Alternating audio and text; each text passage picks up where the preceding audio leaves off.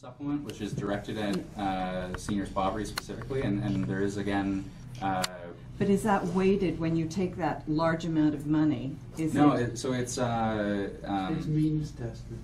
Both are means tested in different ways. Well, I'm just talking about spending dollars. Yeah. So the increase is simply by virtue of we have an increased seniors population, and so it's to maintain the pace of those existing programs. So those programs don't change. OAS pays out certain threshold at certain amounts for certain people. GIS does the same. GIS is a much better targeted program, and if you're really concerned about seniors poverty, we should be taking OAS benefits and plowing them into GIS to a large degree, but that's a whole different seniors conversation. But that's what I'm talking about. That's weighting it towards those that need it more. Yeah, right? But that's also I'm open to that conversation, but that's a difficult conversation to have with seniors. I'm a senior.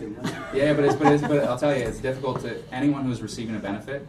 So take my parents as an example, who were both teachers, have good pensions, own a house in Toronto.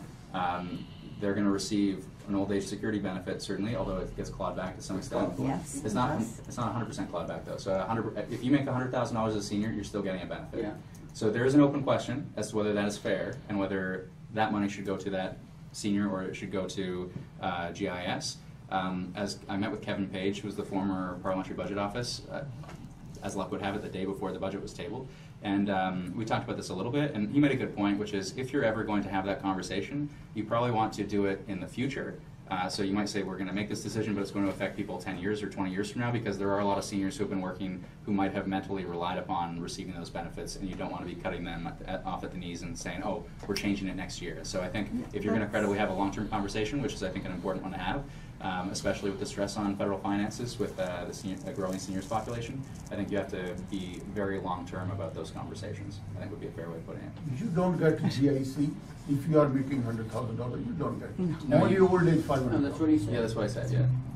Okay. You have to be making less than $16,000 to Exactly. get Exactly. the GIC. GIS, yeah, exactly. So your parents are getting still more than GIC? What's that? Your parents are getting GIC? No. I said old age security. Pensions. Old No, age fine, you're okay. They earned it. That's okay. Yeah, but let's be very clear, right? There are three main planks to retirement security: guaranteed income supplement, which is very targeted towards the poorest of seniors; old age security, which is Well, yeah. Anyways, I have